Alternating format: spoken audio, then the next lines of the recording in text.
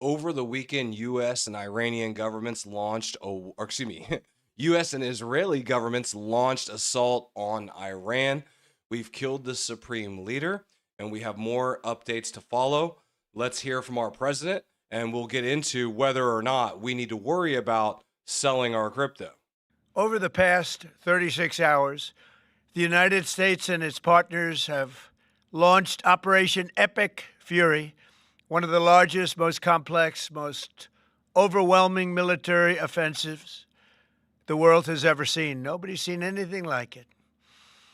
We have hit hundreds of targets in Iran, including Revolutionary Guard facilities, Iranian air defense systems. Just now it was announced that we knocked out 9 ships plus their naval building, all in a matter of literally minutes. Iran's formerly supreme leader, Ayatollah Khamenei, is dead. This wretched and vile man had the blood of hundreds and even thousands of Americans on his hands and was responsible for the slaughter of countless thousands of innocent people all across many countries. Last night, all over Iran, the voices of the Iranian people could be heard cheering and celebrating in the streets when his death was announced. The entire military command is gone as well, and many of them want to surrender into saving their lives. They want immunity. They're calling by the thousands. Combat operations continue at this time in full force, and they will continue until all of our objectives are achieved. We have very strong objectives. They could have done something 2 weeks ago, but they just couldn't get there. Earlier today, CENTCOM shared the news that 3 U.S. military service members have been killed in action. As one nation, we grieve for the true American patriots who have made the ultimate sacrifice for our nation, even as we continue the righteous mission for which they gave their lives. We pray for the full recovery of the wounded and send our immense love and eternal gratitude to the families of the fallen. And sadly, there will likely be more. Before it ends, that's the way it is. Likely be more, but we'll do everything possible where that won't be the case. But America will avenge their deaths and deliver the most punishing blow to the terrorists who have waged war against basically civilization. They have waged war against civilization itself. Our resolve, and likewise that of Israel, has never been stronger. America is now again the richest, most powerful nation in the world by far. But the only reason we enjoy the quality of life that we do and the freedom and security is we have done things that others are unable to do. But it's because of warriors who are willing to lay down their lives to do battle with our enemies. And they do battle better than anybody. An Iranian regime armed with long-range missiles and nuclear weapons would be a dire threat to every American. We cannot allow a nation that raises terrorist armies to possess such weapons that would allow them to extort the world to their evil will. Not going to let it happen. We're not happening to us, and we're not going to let it happen to others. The United States has the strongest military the world has ever seen. I rebuilt our military in my first term. There's never been a military like we possess. And frankly, there's nobody even close, but we are now using that military for good. We want to have it for good purpose. We're undertaking this massive operation not merely to ensure security for our own time and place, but for our children and their children, just as our ancestors have done for us many, many years ago.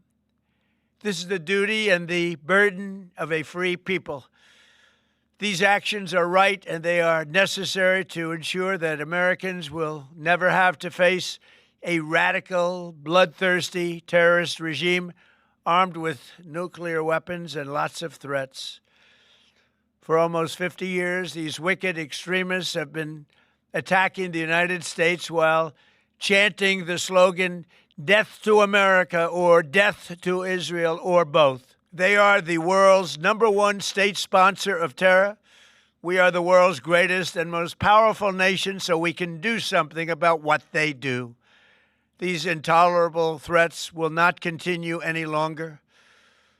I once again urge the Revolutionary Guard, the Iranian military, and police to lay down your arms and receive full immunity or face certain death. It will be certain death. Won't be pretty.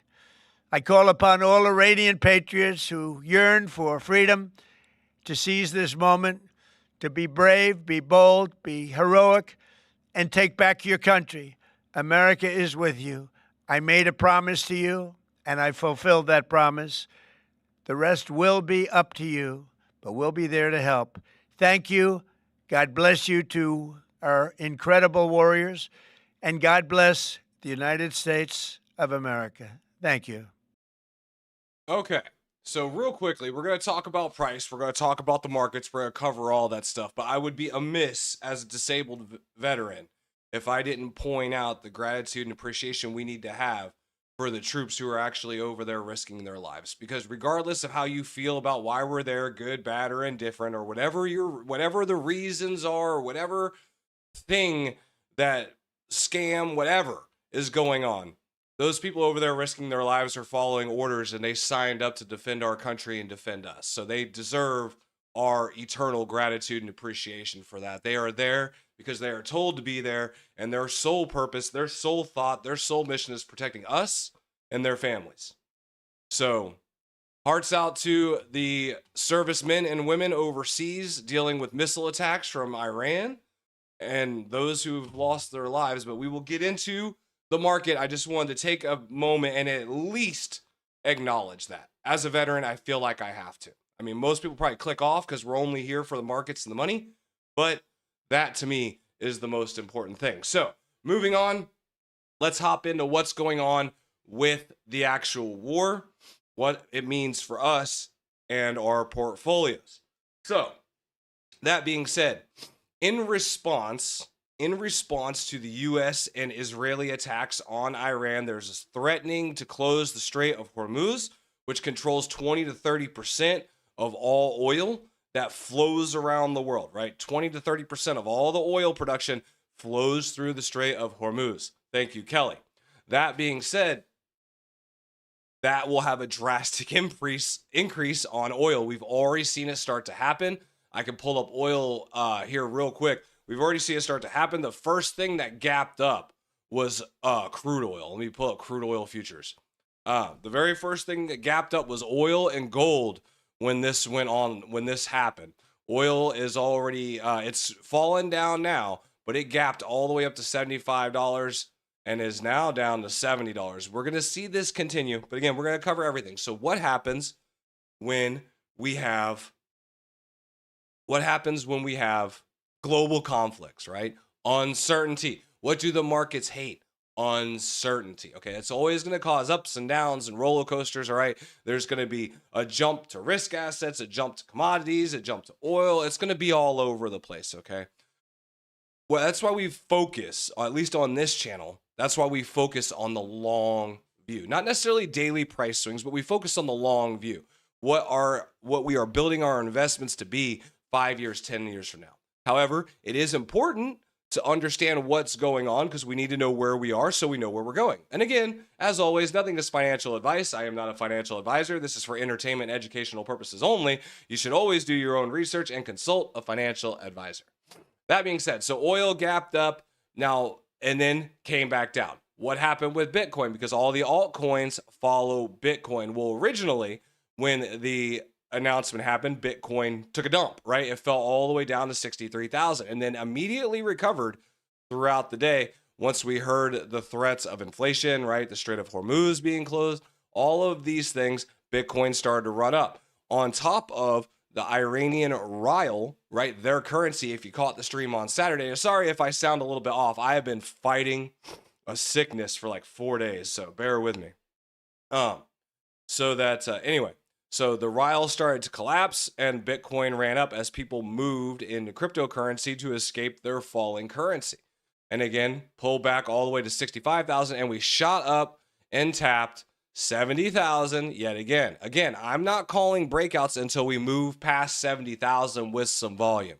It ran straight up to it and smacked off of it again. So until it goes through that, I'm not banking on anything going up, okay? Again, have to push through 70K with Bitcoin before we see anything move on anything else, really. Now, again, too, important distinction. When we're looking at Bitcoin and when we're looking at the stock markets and what's happening during this geopolitical war, right? This geopolitical crisis, Bitcoin is going to recover stronger than altcoins. It's just how it's going to work. Expect it, okay? So Bitcoin ran all the way up to 70. We only saw a recovery do like $1.42 on XRP. Last time Bitcoin ran up to 70K, we saw XRP get over $1.50. Again, this has to do with geopolitical pressure. Now, it's just people are going to trust Bitcoin more than they're going to trust the altcoins. It's just how it works. Now, let's take a look at what's happening with the stock market because there is more going on than just the war, okay, than just what's going on in Iran. We did get some market data today that is affecting prices, and we're going to cover everything, okay? So stock market today, futures market overreacted to the Iranian conflict, creating an opportunity to buy the S&P 500 as it neared 2026 lows, said Jeff Kilberg, CEO of KKM Financial, who posted Sunday night that the market would turn green before the close Monday. We remain in a bull market despite escalating geopolitical tensions. Nvidia and Microsoft were up 2% apiece. Bank shares and other hard-hit stocks tied to the economy like Caterpillar were well off their lows, with many trading higher. The joint U.S.-Israeli strikes killed the supreme leader, marking a watershed moment for the Islamic Republic and one of its most consequential episodes since 1979. President Donald Trump said Monday that the military operation against Iran was our last best chance to strike, to eliminate the intolerable threats posed by this sick, sinister regime. Iranian officials vowed a forceful retaliation against the strikes, raising fears that conflict could escalate further across the region, as blasts were heard in places such as Dubai and Abu Dhabi.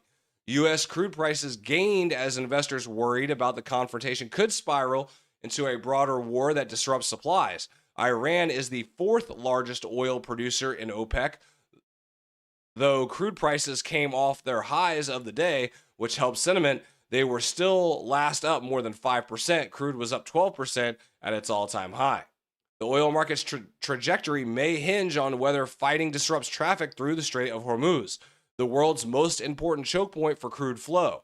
A sustained interruption there could reverberate through global energy markets and reignite inflation pressures. And again, keep the chat rolling, guys. We will do a live Q&A once we get through the meat of the information like we always do. And if you're new to the stream, we stream every day, Monday through Saturday at noon. The format of the streams is I come in, I cover all of the information, and then we cover every single chat. I talk to every single person. We go through everything, and then we do a recap for anyone who came in late. And then we have a chat hangout and discuss XRP, Canton Network, HBAR, Chainlink, Ondo, and whatever else you may have questions on. So while Ross Mayfield believes that a lot can still change with the conflict, he thinks the market is clawing back earlier losses because there hasn't been an escalation from here. If Iran were going to take the nuclear option of closing the strait or really trying to damage the energy infrastructure, we'd have a better sense that that was going to be their path by now, the investment strategist said. So he doesn't believe they are actually going to close it and disrupt patterns. On the top of tech, a rise in defense stocks helped the major averages recoup a chunk of their losses. Northrop Grumman advanced 4%, as did RTX, Lockheed Martin. Energy shares, including ExxonMobil and Chevron, saw gains as well. So when there's geopolitical uncertainty, when there's wars, people flow to what? They flow to the infrastructure, the key pieces that are going to be needed for war, right? Government defense, gold, silver, oil, energy, the safe haven plays, treasuries spiked up as well. So when this all first happened, right? Silver and gold spiked, oil spiked, and then as tensions calmed down, right, as we moved away from the Strait of Hormuz being closed, as we started doing all that, gold and silver started coming back down because the dollar was strengthening. Remember, as the dollar strengthens, commodities decrease. As the dollar weakens, commodities increase. It's a trick. It's a mind play, okay? As we're seeing this constant up and down, what we're actually seeing sometimes, most of the time, especially in the day-to-day, is the price of the dollar going up and down. The worth of the dollar going up and down. Because as the dollar becomes worth less, gold, silver, commodities increase in price. So that's a good way to think about it. And as the dollar becomes worth less, Bitcoin increases in price, things like that. And again, this is not one-to-one ratio, right? I mean, there's several factors, but that's kind of an overall scheme of it. Just think of it this way. As the dollar becomes worth less, things appear more expensive. It's just like inflation when we go to the grocery store, right? Our $5 does not buy what $5 bought a couple years ago. Just like our $5 doesn't buy what $5 bought a couple years ago in the stock market. It's all inflation. On top of tech, a rise in defense stocks, we covered that. Traders Monday may also be getting ahead of a well-known historical pattern where stocks dip initially, but typically trade higher in the weeks following geopolitical conflicts. Data from Wells Fargo shows S&P 500 typically turns positive within 2 weeks of a major conflict and is higher by 1% on average 3 months out. Trump says the war could last weeks and offers a contradictory vision of new regime. So mainly I just wanted to bring this up because I want you guys to understand this isn't like a quick thing. Like this is going to take weeks, if not months. We've had, obviously from a war standpoint, we've had great strides to this point already, removing the leader and most of the leadership. However, this is going to continue. And, if you've been around long enough, I mean, I've been around 41 years. I've seen 3-4 Middle Eastern conflicts, been involved in one of them, right? I also served. I didn't deploy. I'm not that guy, but I was involved. So this is not new. This is not new. We have history to look back on, okay? How the Iran war could immediately impact gas prices. This is the thing. If they do close the Strait of Hormuz, it does take about 6 weeks to see the reflection in oil being processed and turned into gasoline. So oil prices spiked after the U.S. and Israel attacked Iran over the weekend, threatening an almost immediate jump in gasoline prices as well, experts say. Already, U.S. crude prices gained 6% on Monday morning. A prolonged U.S.-Israel conflict with Iran could disrupt crude oil supplies and push prices even higher. Iran is the 4th largest producer in OPEC. The average price of unleaded gas rose from $2.99, up 2% from a week ago. If the price goes up by $10 a barrel, the price of gasoline could rise by 25 cents a gallon, according to Ken Medlock, Senior Director of Center and Energy Studies at Rice University Baker Institute. If the price of oil goes up, the price of gas goes up in lockstep. Duh. Within a week, everyone is going to be paying a little more than they are right now. The largest component of retail price of gasoline is the cost of crude oil. Do people really not know this? Or is it just me? Like, I feel like I'm reading very basic stuff here. Let me know in the chat. I'm sorry if I make anyone feel stupid. But I mean, I feel like we all know that crude oil is needed to make gasoline at this point in time. Anyway, the supply chain immediately kickstarts how the cost is passed along, Medlock said. If we see restrictions through the Strait of Hormuz, inevitably we will see the price of crude oil jump. He said that will trickle through to the price of gasoline. Located in the Gulf between Oman and Iran, the Strait of Hormuz is considered one of the world's key oil corridors. Analysts have also warned that a prolonged disruption of the Strait of Hormuz could push oil prices to above $100 per barrel. It would take 6 weeks for crude oil to be processed and turned into gasoline for delivery, so the full impact could be delayed, said Amy Myers-Yoff, Director of Energy, Climate, blah, blah, blah, blah, blah. Okay, so we're looking at 6 weeks till we see the full impact of what's actually going to take place if the strait is closed and really what impact we're going to see on any oil prices. We should expect every $10 crude oil goes up, a 25 cent per gallon increase in gasoline prices at the pump. So, long story short, we've gone through all this information. We kind of got the answer already shortly before I went live. But is this going to be a crash? No. It's not time to sell. It's not time to panic sell. Now is the time to wait and hold. We're going to see how this plays out. We capped all the way up. We're already overbought. Now is not the time to buy. So we're going to see how things react today, tomorrow, Wednesday. Hopefully you had an opportunity to buy some stuff on the dip over the weekend. Again, not financial advice. I did pick up some more Canton Network in the 15-cent range this weekend. I was happy about that. And I also picked up a little bit more XRP when it got down to $1.27, $1.28. So just a couple buys because I'm not sure if we're going to see that dollar. So I'm still doing my dollar cost averaging in because I don't know if we're going to see a dollar for XRP. And a lot of people try to predict and try to act like they know what's going to happen in these markets. Nobody knows. Nobody knows. That's why we talk on this channel about dollar cost averaging in. That's why we talk about buying for the long term, right? Dollar cost averaging beats tops and bottoms every single time. Really. For the people who are trying to time tops and bottoms and get rich quick with leverage and margin, okay, 1 in 20 people make that work. The rest of the people lose everything more than once. Okay, again, not financial advice, but we're trying to do a different way. We're trying to build a different crypto community on this channel. Hopefully you're here for the long view. Let's go ahead and hop into the chat. You know what? I actually think I forgot to pop out the chat. Let me fix that real quick. Give me just a second. I, again, wasn't feeling very good the last few days, so I'm not on my best form today. But let me get this fixed so I can pull it up and talk to everybody here. And hopefully everyone's having a good day today. Keep the chat rolling. We are going to do a recap for anyone who came in late here in a minute. Let me just talk to some of the people in the chat real quick, and then we'll do a recap for everyone else who popped in late. Let's see if this is working. Hopefully it's working. All right, good morning. Raul was the first one in the house. Kelly is here. Says, hi, the Wicked Witch is dead. Yes, they have killed the supreme leader of Iran. Now, earlier I asked if you saw the pinned comment what everyone's top 3 crypto are. Mine personally are XRP, Canton Coin, and HBAR. Abdul said XRP, HBAR, and Flare. All right, 2 out of 3, I'm with you. Okay, and I do hold a little bit of Flare as well. Good morning, Longview Crew said Gunpowder. And for those of you who don't know, the people who are here every single day have humbly named themselves the Longview Crew.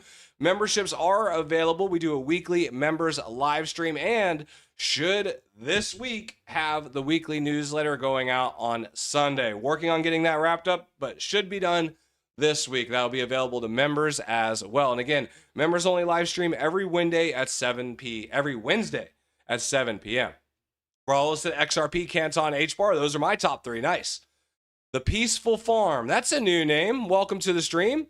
He looks like an AI copy. Well, it was directly, if it was an AI copy, it was directly from his X account. So I can't really control that. It definitely looks like it was edited for sure. 3 U.S. F-15 fighters shot down by Raytheon made Patriot ADA systems over Kuwait.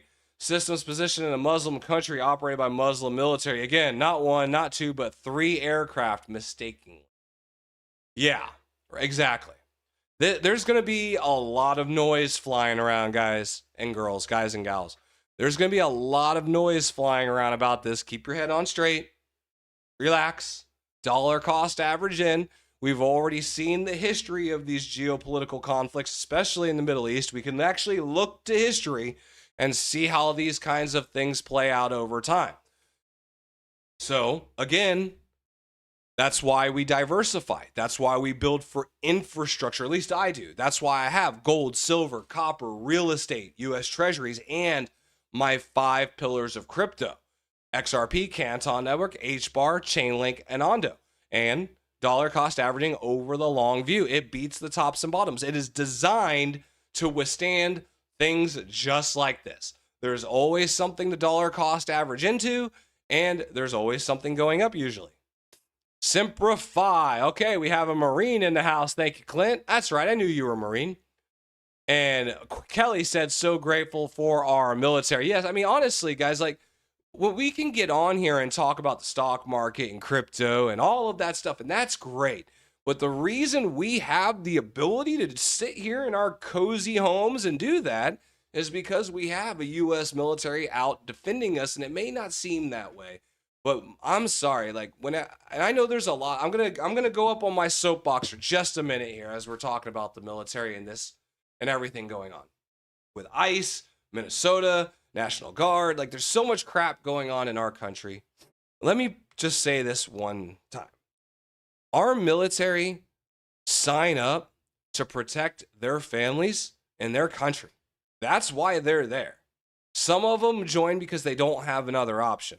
But the majority of people who are there, speaking from someone who's been there, that's their reasoning. I would say 75%.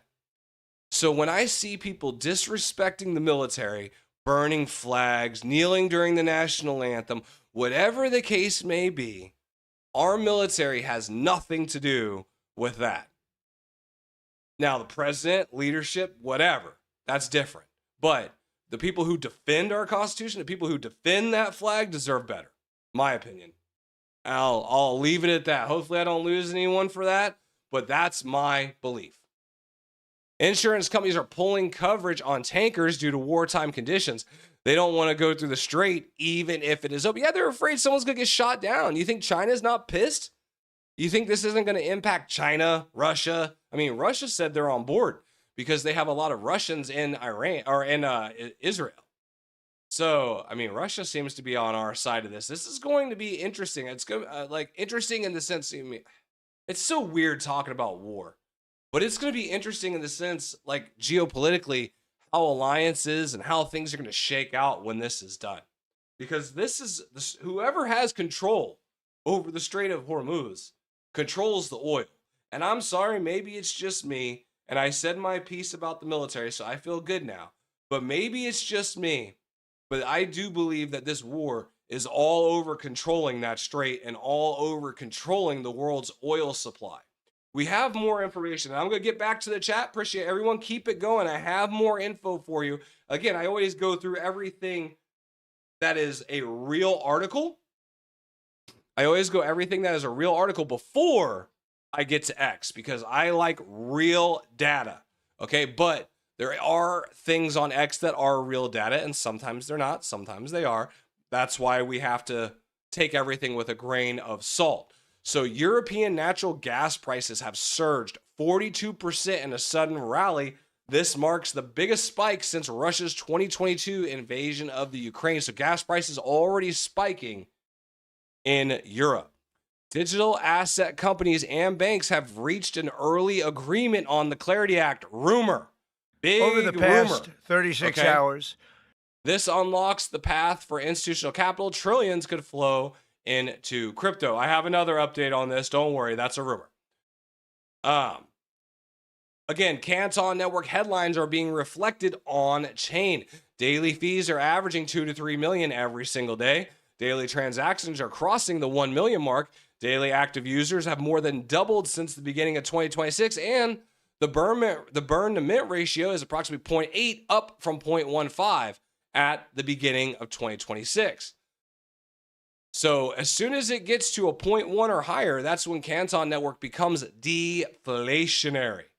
Now, breaking: DTCC officially approves Ripple Prime to NSCC directory. A DTC important notice confirms Ripple Prime has been added to the National Securities Clearing Corporation participant directory effective March 2nd. So now Ripple Prime is plugged into the DTCC. Paul Barron has an update on the Clarity Act. It missed the March 1st deadline. Why the stall? We've hit a yield wall. That's plain and simple. We already knew that. The crypto side is demanding the right to offer regulated yield rewards on stablecoins like USDC. Without it, they argue the US is just exporting innovation to Europe and Asia. And they are correct. The more we drag our feet on this, the more market cap Europe and Asia pick up in the I don't want to call it a war, in the race to be the crypto capital of the world. The banking side is terrified of deposit flight. Now, if you watched the Senate hearing with me earlier this week, when we watched that, we actually saw the Senate banking GOP meeting. We were watching that. There is no evidence, zero evidence of deposit flight risk. since the Genius Act or before. Okay. So this deposit flight thing that they're terrified of is bogus. At least they don't have any data that can back it up right now. The outcome is if no deal is reached, expect more regulation by enforcement from the SEC/OCC. If a compromise occurs, yield only to qualified investors, it could trigger a massive institutional flow that JP Morgan predicting for late 2026.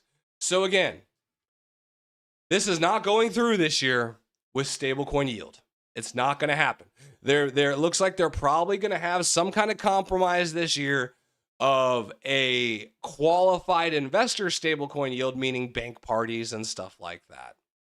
More than likely, that's how it's going to be. I told you guys we weren't going to win this one, and I still don't think we're going to win the stablecoin yield one. So Paul Barron's timeline is April 26 is the new breakout negotiations expected in the Senate, and July 2026 will be the final soft deadline before election cycle paralysis kicks in. That's what we're looking at with the Clarity Act as of this moment. Institutional chains. This is always lovely.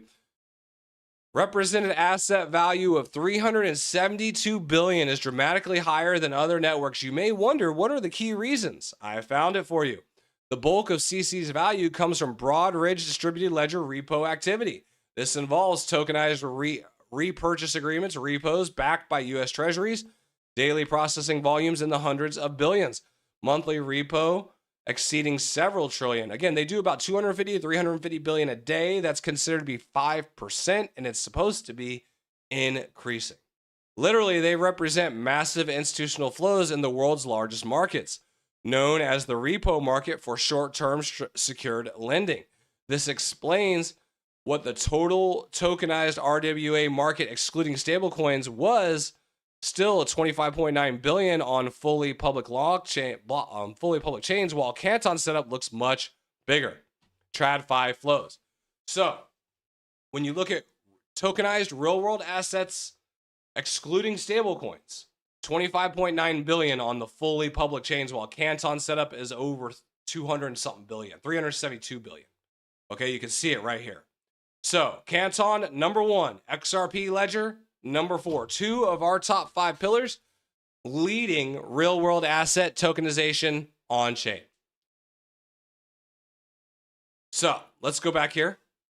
We got more, but wait, there's more. So breaking, NASDAQ officially erased all losses from and turns positive on the day. Again, overselling over the weekend in reaction.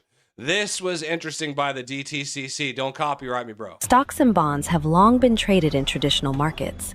And now, blockchain creates new opportunities for efficiency and innovation. Tokenization refers to creating a digital version of a real-world asset, such as stocks or bonds, on a blockchain, representing true ownership rights. Here is an overview of the process. Begin by selecting the assets to tokenize: stocks, treasury bonds, or funds, and immobilize them to prevent double spending. Next, choose a blockchain and implement smart contracts that define token characteristics, including total supply, distribution controls, and possible token operations like mint, burn, or cancel. Then, set up wallets on the selected blockchains. These wallets come with unique identifiers and secure access credentials, allowing the wallet owner to manage assets directly or delegate control to an authorized party like a custodian or asset manager. Finally, mint tokens representing the immobilized assets and assign them to registered wallets. Once minted, these tokens may be eligible for transfer, to be used as collateral or trading at any time, and are no longer restricted by traditional market hours or processes.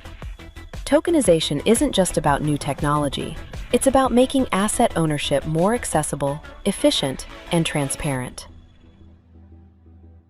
All right, everyone. This is the DTCC putting this out.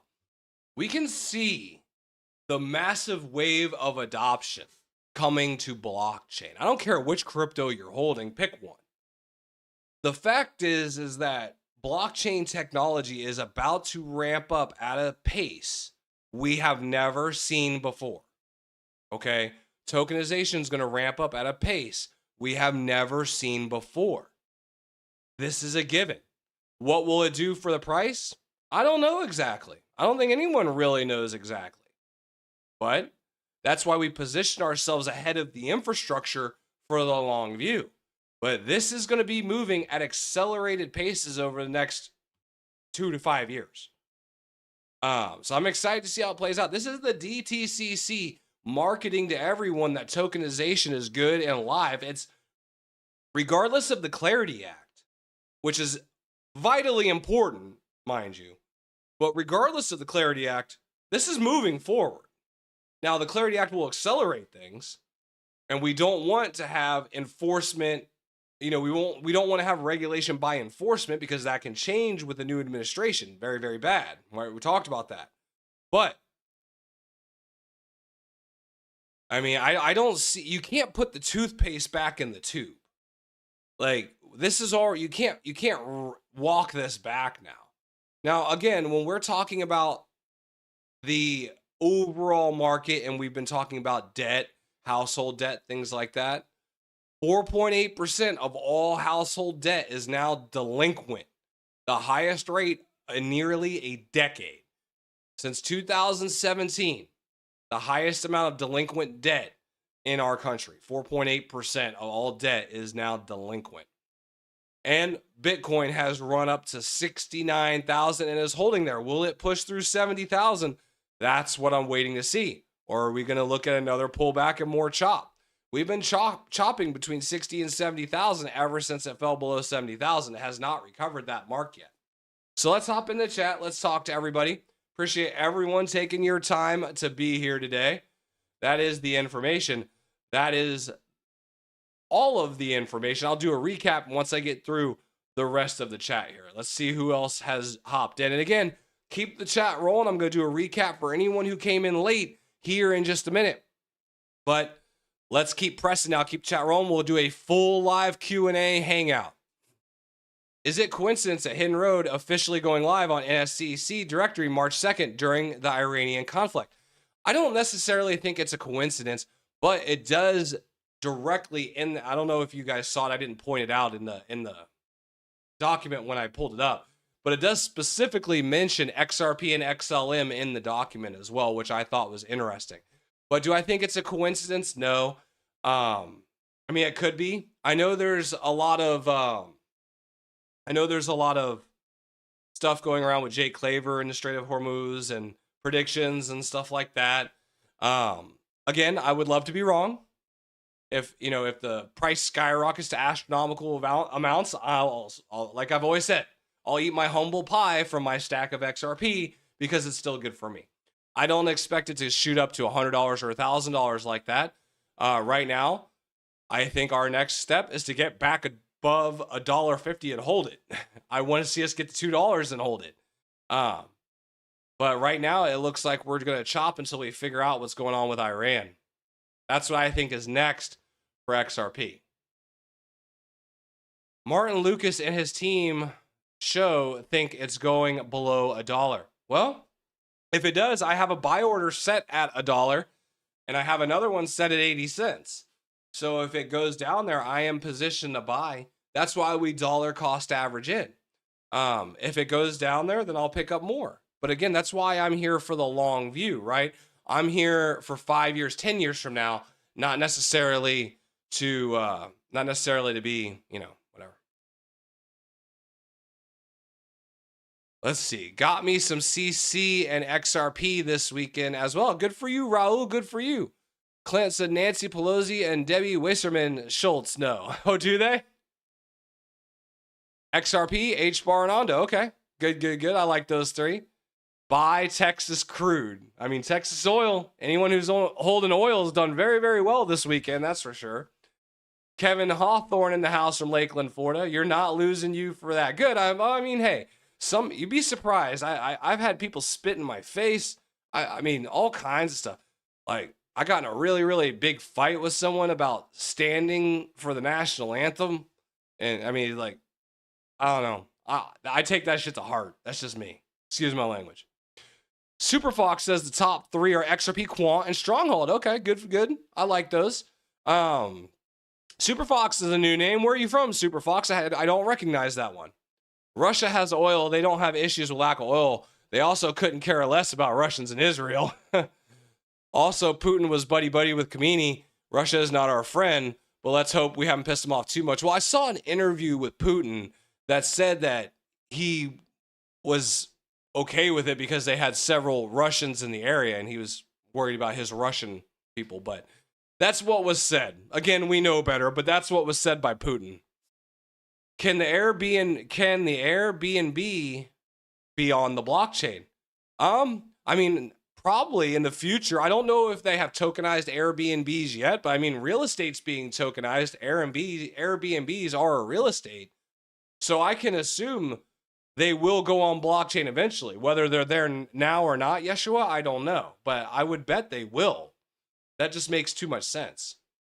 I respect all the military. We wouldn't be here without them. Damn straight. That's right. Damian Voss says, I respect your up-to-date information, but you got to give flowers to people who called this shit a year ago. Are you referring to Jake Claver with the Strait of Hormuz calling it a year ago? Is that what you're talking about? I know some people were talking about the Strait of Hormuz, but I mean, honestly, and I will give anyone their flowers for calling correct predictions. But calling a prediction of having a conflict in the Middle East when we have a Republican president is kind of like saying that the sky is going to be blue tomorrow. You know what I mean? Every time we've had a Republican in office, there's been a Middle Eastern conflict. Like, at least in my lifetime. Name one. Name one that wasn't. Every single Republican president we've had, there's been a Middle Eastern conflict. So, I'll give people their flowers, but predicting a Middle Eastern conflict, I don't really consider that much of a prediction. That's like saying it's cold outside right now, to me. XRP, Canton, and Quant, okay? I do love my XRP and Canton. Live Life 8980. That's a new one. Where are you from? I don't know that one. I try to recognize everyone who comes in the stream because we have the same people. And again, memberships are available if you want to do the weekly live stream on Wednesday night at 7 p.m. That is available to you. We never had Bitcoin during active Hormuz closure. Very curious how it plays out. Well, I think the biggest factor is we're going to see with Bitcoin is due to the weakening of the currencies in the area, right? When we saw the Ryle drop to zero, we saw Bitcoin run. That's an interesting fact too, when we're looking at what's happening with wars and stuff like that, as far as people fleeing the currencies, I think is very, very interesting. Yeah, Jake Claver and Bull Runner. Okay, well, here's the thing. Jake Claver also predicted $1,000 XRP before the end of the year and didn't talk about Strait of Hormuz until after that failed. So I'll give people their flowers, but I ain't giving, I can make 20 predictions and get one right eventually too. Okay. So I don't want to tell the kids there's no Santa Claus. I don't want to pee in people's Cheerios. Okay. But I'm sorry, JC made about 30 predictions that didn't happen before that did. Okay. I don't follow Bull Runner. I don't know what he's been saying, but I'm taking the Jake Claver part of that statement with a very large grain of salt. That's just me. Your brother's in the Air Force. That's awesome, Charles. Air Force is great. I spent 6 years at Shepherd Air Force Base. I have to admit, I never deployed. 2 weeks before my deployment, I got hurt. But so I didn't end up actually deploying. I was supposed to go to Djibouti, Africa, so I wasn't even going to be in the Middle East. But nonetheless, nobody else was talking about it though. Oh, hey, and again, that's just me. That's just my opinion, my beliefs. I will give anyone their flowers for getting a correct prediction, but I'm going to take it with a very large grain of salt. That's all. I'm sorry, JC has ruined his reputation to me. I don't trust anything he says. And yes, he got a correct prediction. Cool. That's where I'm at with it, though. Hate me. People can hate me if they want, but that's what I believe. But why can't XRP go to 3 or 4 digits? Well, no one said it can't, but it's not going to happen immediately. I think it's possible over the next 5 to 10 years as we see utility come on chain. We need the utility. We need value on chain for the token to have value. right? There's only, if we look at what's going on with XRP Ledger, let's take a look. If we take a look at what's actually going on with XRP Ledger, we follow this all the time, right? We're still doing transactions right now. You know, yesterday 1.3. We're hovering over 1 million. It's increased. We spiked over 2 million for a little bit. We need to see this continue to increase. Excuse me. We need to see this continue to increase. Because right now we've had the account set activity continuously spiking now, seeing spikes over 60 and 50K. We're seeing AMM activity spiking more than it's been on the entire history of the ledger. Look at this spike. AMM deposits over 70,000. Like, this kind of stuff never happened in the history of the ledger. AMM withdrawals spiking over 50,000. So we're seeing a lot more activity start to come on ledger. Now, that is what's going to drive the price. We need value and activity on the ledger. So that's going to take time to get these institutions on here. That's why I constantly talk about the Clarity Act, because nothing is going to drive it to 3 or 4 digits without utility. That is a fact. So until we see utility reflected on chain, that's not going to happen. But that's why I'm watching for it every day. You know what I mean? I do think that the possibility is there, but I'm not here living on hopium and dreams. Okay, I'm looking at facts, figures, numbers, and logic that I can follow. So do I expect high numbers over the next 5 to 10 years? Absolutely. And if something great happens in the meantime, wonderful. That, you know, honestly, that's how I feel about it. My expectations are set to where my goals end in 5 to 10 years of these investments, and I research and reassess as I go through. But that's just me. That is the long view. All right. We love the chair force, says Clint Gold. You know, hey, that's all right. I'll take it. You know, I actually, so my job in the Air Force was airfield systems maintenance, but I actually trained in tactical ground radio. So my job was actually to deploy with the Army. I was supposed to deploy with the Army and maintain the Jerk 206 pallets in the back of their Humvees. If any of you know what those are, it's a radio equipment in the back of the Humvees. I was an expert at setting up tactical mobile sites and stuff like that for comms and crap like that. I could set up a entire airfield, an entire remote airfield for planes in less than 7 hours with a team of 5 people. Like that was what we did. My job was to get comms up for planes, for ground to air communication. So I'm kind of here on hope. Well, I still give you guys a little bit of hope. I mean, because the hope is in 10 years from now. So why buy XRP now if it's going to be $2 for 5 to 10 years? Well, I didn't say it's going to be $2 for 5 to 10 years. I'm just saying it's not going to be $100 in 2 years. It's not going to shoot up like that. But here's the thing. If you start buying XRP now to $1, $2, $3, 3-4 years from now, I'm just using random numbers. Okay. I'm not here to put in numbers for you all or anything. I'm just going to use random numbers. But say we get a 10x in 2 years, and now it's running at $20 in XRP. And then 2 years from then, we get another 5x, and it's $100 XRP. And now it's $100 XRP over 5 years. Okay. From one 10x and a 5x over 5 years. That's why we dollar cost average in, because it's going to go up and down. We don't know when the top and when the bottom is going to happen. We just don't. One day it'll move up and it won't go back down. And then one day it'll move up and it won't go back down, or vice versa. I don't think the vice versa. I don't think it's going to go down and not back up. Otherwise, I wouldn't be buying it, right? But that's why we dollar cost average in. It's not about buying it at $2. It's not even about the price. Honestly, it's not even about the price you're buying it at. And again, this is my opinion. It's about creating a system and removing emotion out of it. Okay? The system is what works, right?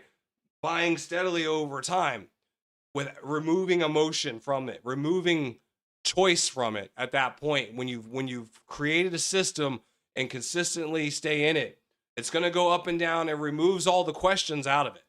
And then next thing you know, 5-10 years from now, you've got hundreds of thousands of dollars or millions of dollars that you built over the course because you just steadily invested in over time. It's not like that's how I look at it. That's why I can come out here. If price goes to zero, I'll be all right, buy some more. Because I dollar cost average in over time. I made a lot of money before I got divorced and had to sell everything. But that's the long view. That is the long view in a nutshell. It really has zero to do with the price and everything to do with the system. Truthfully, I buy on the same time, same day, every month, regardless of what that price is.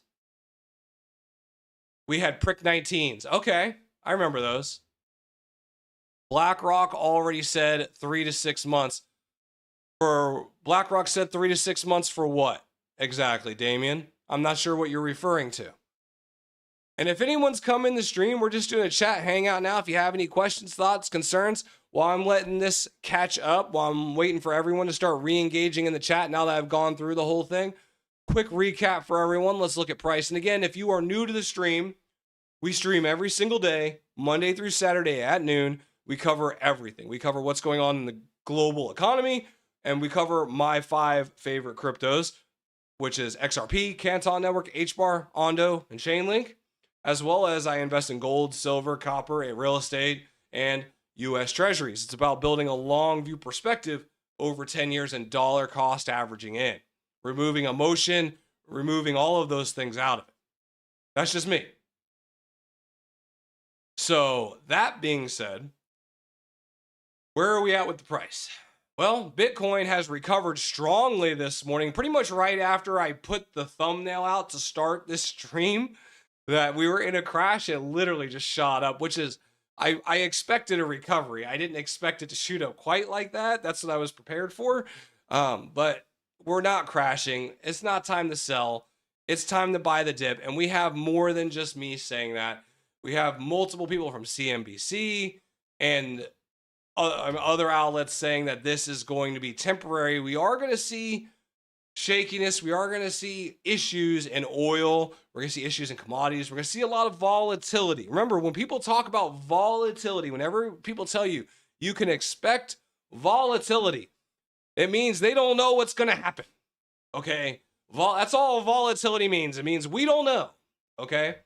We can expect a volatile market as this plays out. As we find out what's going to happen with the Strait of Hormuz, as we find out what's going to happen with the Iranian rial, with their currency, right? As we find out what's going to happen with the Clarity Act.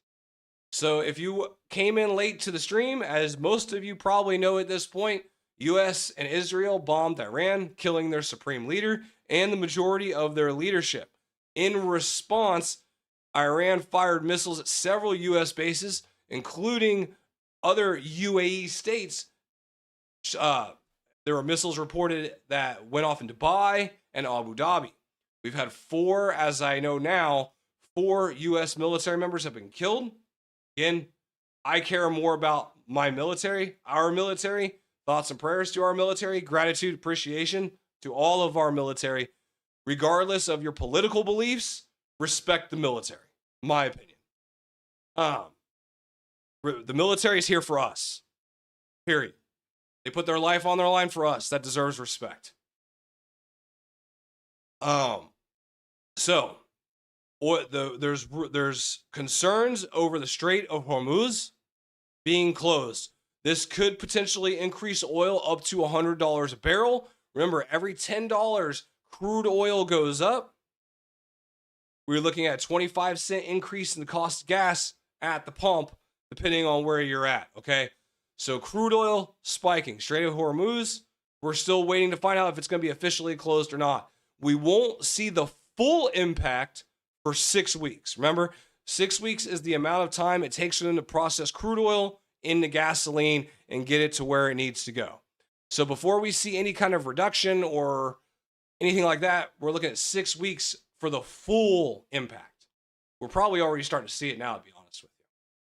The entire crypto market is rebounding today. The entire stock market is rebounding today. It oversold too much. That's what they were talking about in this article here from CNBC, talking about that they expected the stock market to print green because it oversold over the weekend. Bitcoin initially sold off and recovered. And again, during a geopolitical conflict, during a world conflict like this, altcoins are not going to recover as strongly as Bitcoin does, okay? So XRP back up to $1.40, Bitcoin sitting at 69,000. Chainlink, let's see here. Chainlink right now is hanging out at about $9. H-bar, where's my H-bar? H-bar is at 10 cents.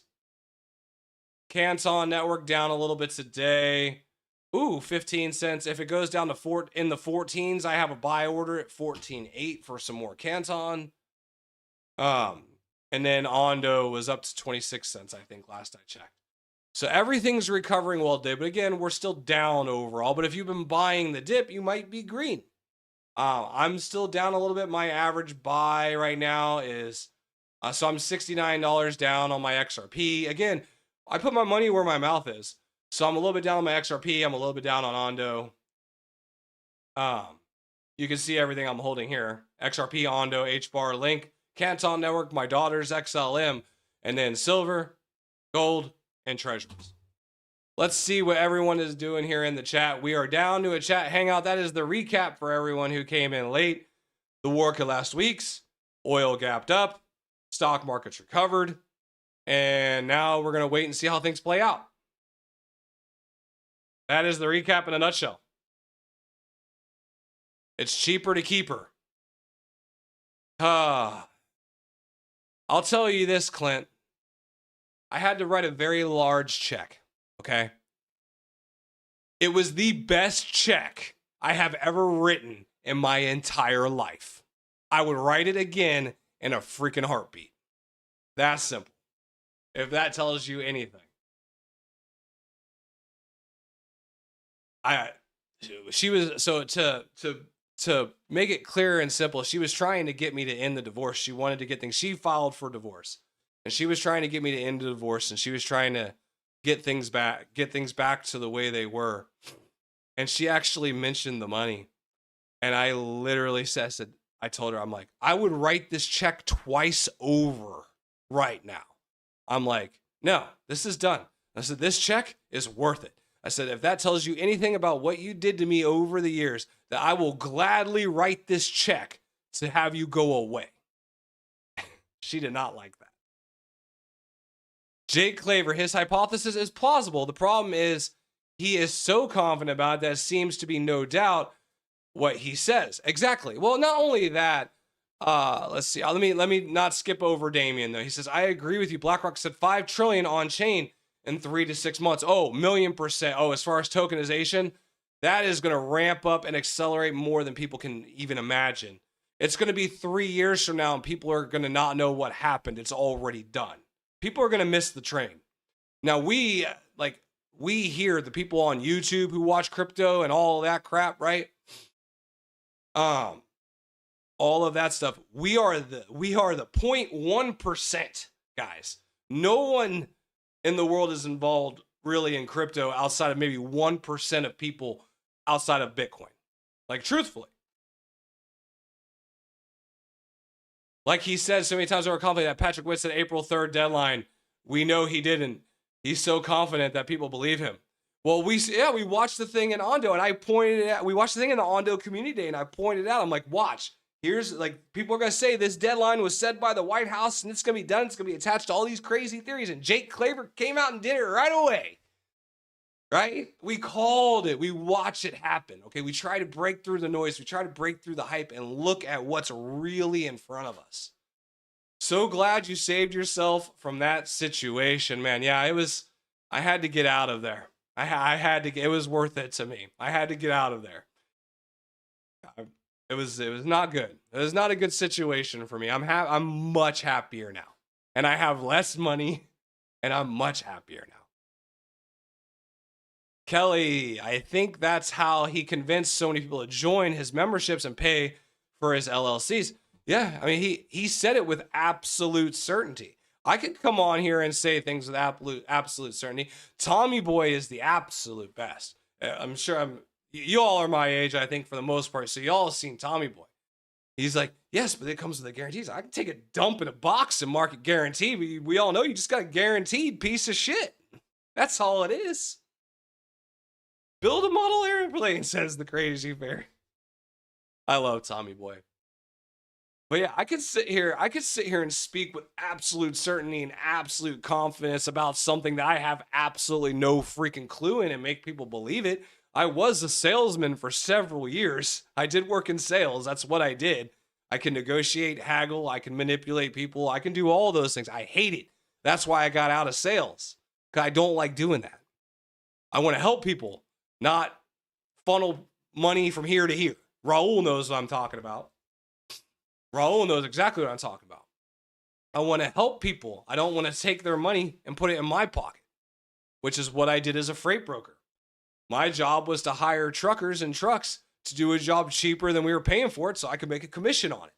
Now, I helped a lot of them, don't get me wrong, but I was making money off it. I was creating money out of thin air, right? That's what a broker does. We literally create money out of thin air. We're just connecting services. That's all a broker does. The people who do the actual work are the people I'm taking the money from.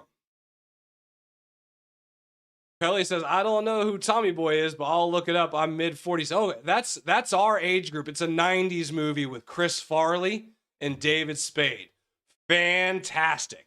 You should definitely watch.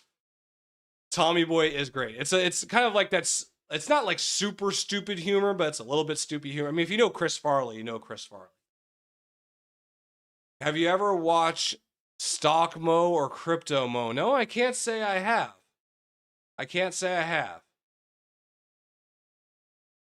Oh, you never watched the movie. Okay, yeah. Tommy Boy is great. It's probably one of my favorite all-time movies. It wraps up the 90s in a nutshell. I miss the 90s. I miss the days of pre-internet. Do you guys think about that? I mean, we're just kind of hanging with the chat right now. I don't even know how many people are in here. I haven't even checked the whole time. But I miss the days of the pre-internet as we sit here streaming on the internet. But you guys are all my age, so or older, or maybe a little younger, but most of you remember the pre-internet days. Like, there's so many times I wish we could go back to that. I feel like the world was just better. But then again, it could just be me.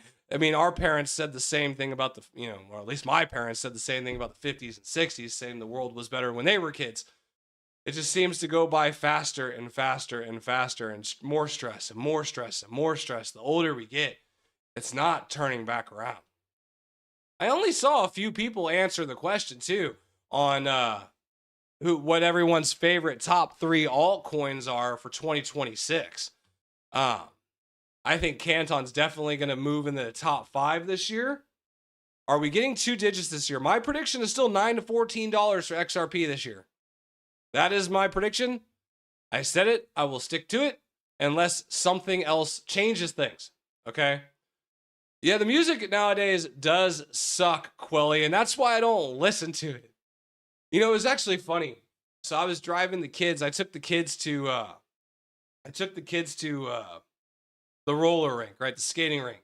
I took my daughter and her friends up the skating rink, dropped them off, and they were discussing what music to put on. And one of her friends says, I don't know. I just listen to what my mom listens to. I said, oh? I said, what's your mom listen to? She's like, have you heard this song? I was like, oh, okay. I said, your mom listens to my music.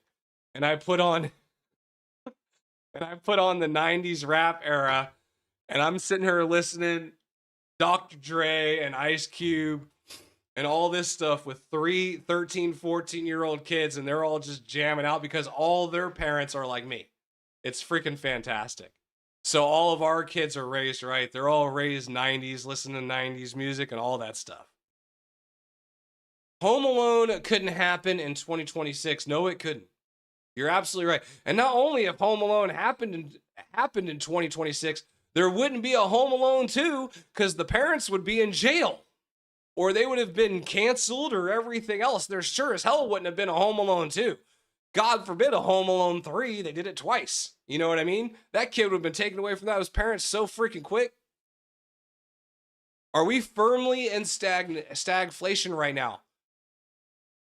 I don't want to say yes to that yet, Charles. Looking at the data that came in, we did finish on, where was it? Was it manufacturing data? Let me pull it up. Hang on. I did pull up because there was inflation data today. I didn't get to it. I got sidetracked and moved off of it. Let me find the inflation data because we did come in. We didn't beat the inflation data. We came in bad. Where'd it go? This one. Was it this one? Or was it this? I think it was this one. No. Give me a second. We did have inflation data today. Where'd it go? I will find it. One sec.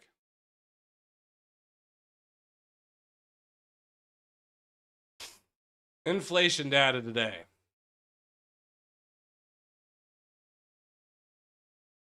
Where'd it go? What is the inflation data? 2.4% as of January 26th. Okay, so this isn't the inflation data I was looking for. There was new like manufacturing inflation data. I can't find it right now, but we didn't beat those expectations, which also increases the chance of a rate cut. And again, if we have rate cuts while unemployment is going up, that is stagflation. So we haven't had any rate cuts yet, so we can't say we're firmly in stagflation yet. But if they start cutting rates while unemployment is still climbing, then we are in stagflation. That is no good. No bueno.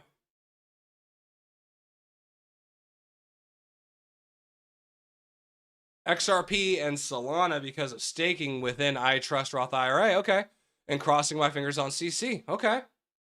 Yes, the music definitely sucks now, and the movies. Yeah, they do. I still watch the movies, but you're right. They're not as good. I mean, most of the good ones are the ones they're remaking from our childhood nowadays. They've remade most of those at this point. Oh yeah, my kids listen to Queen all the time. My oldest is very into Eminem. Okay. I love Queen. Queen's real big in our household too. Never could Blazing Saddles. Okay. Neither could Blazing Saddles. Oh, I got it. Plant Gold 3150. What movies? You mean the remakes? Oh gosh. Have you ever watched Stock Mo or Crypto? Not if they're rich parents, they could buy their way out of trouble. Then there would be a... Good point. Good point, sir. Good point, Cordell. Plant Gold says all of the movies and definitely the remakes. I mean, some of the remakes are okay. I mean, like the remake of Aladdin, awful.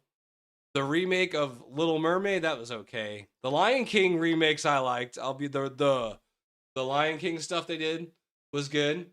I didn't like the new Star Wars movies. I didn't like the new Avenger movies are terrible. Like after Endgame, it just went downhill. Trying to think what else is out there. I watch a lot of shows more than anything else than I do movies anymore these days. The shows are better. I loved Game of Thrones. And I mean House of Dragon was kind of a disappointment. I watched The Rifleman still. Okay. The theory is that Kevin's dad in Home Alone is some kind of mobster. I mean, he does live in Chicago and make a ton of money. Bring back Alf. Oh, gosh. I mean, I don't think the kids would know what to do with Alf. Alf would probably get canceled for something. Like, he'd probably get canceled for some reason. Someone would be offended by his freaking nose.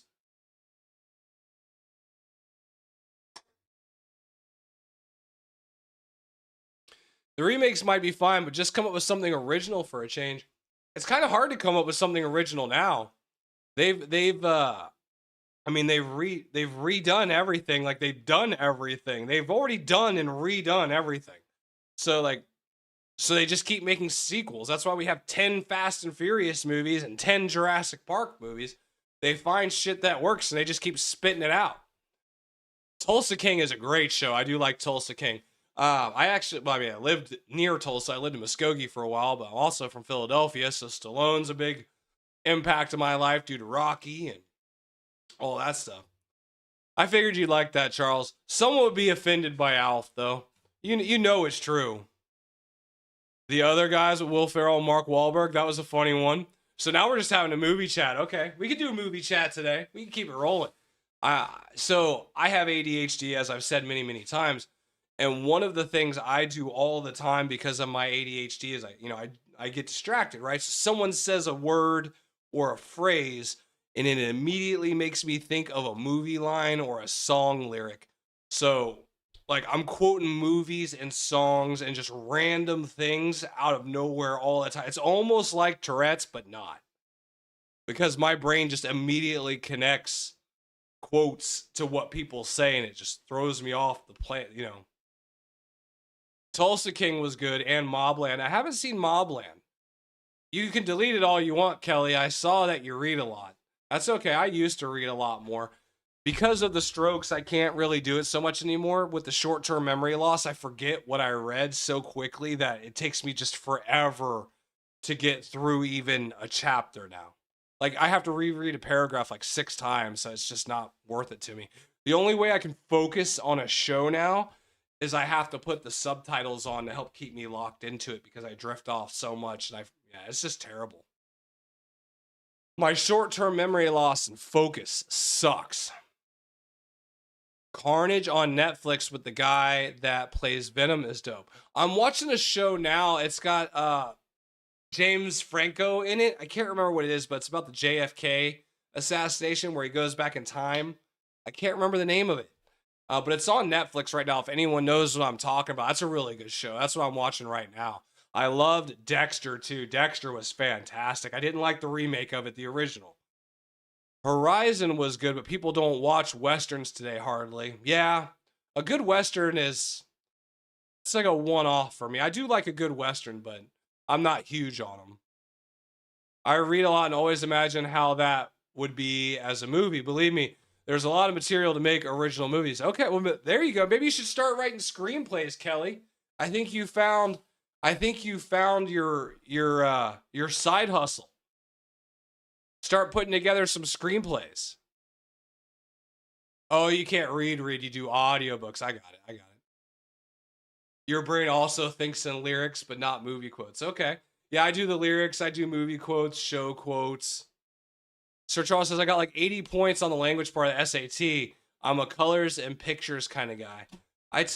So when I took the ACT, I scored a 31, and it was like 30 or 31 across the board. I was really, really gifted in math.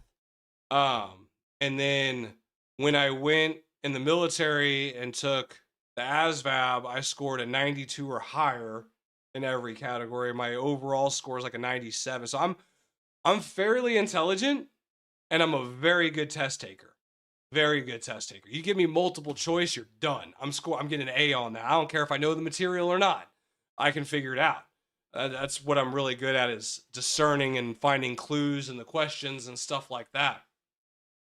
Yes, 11/22/63, Charles. That is the show I'm watching. It is fantastic. But yeah, I used to be extremely intelligent when my memory was really good because I remembered everything. It was like a lockbox. But now that memory is gone, I have a lot of issues with it.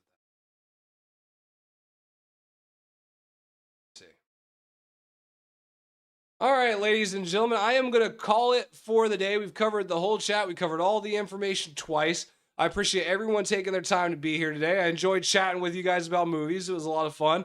But I'll see you guys tomorrow at noon, okay? Later.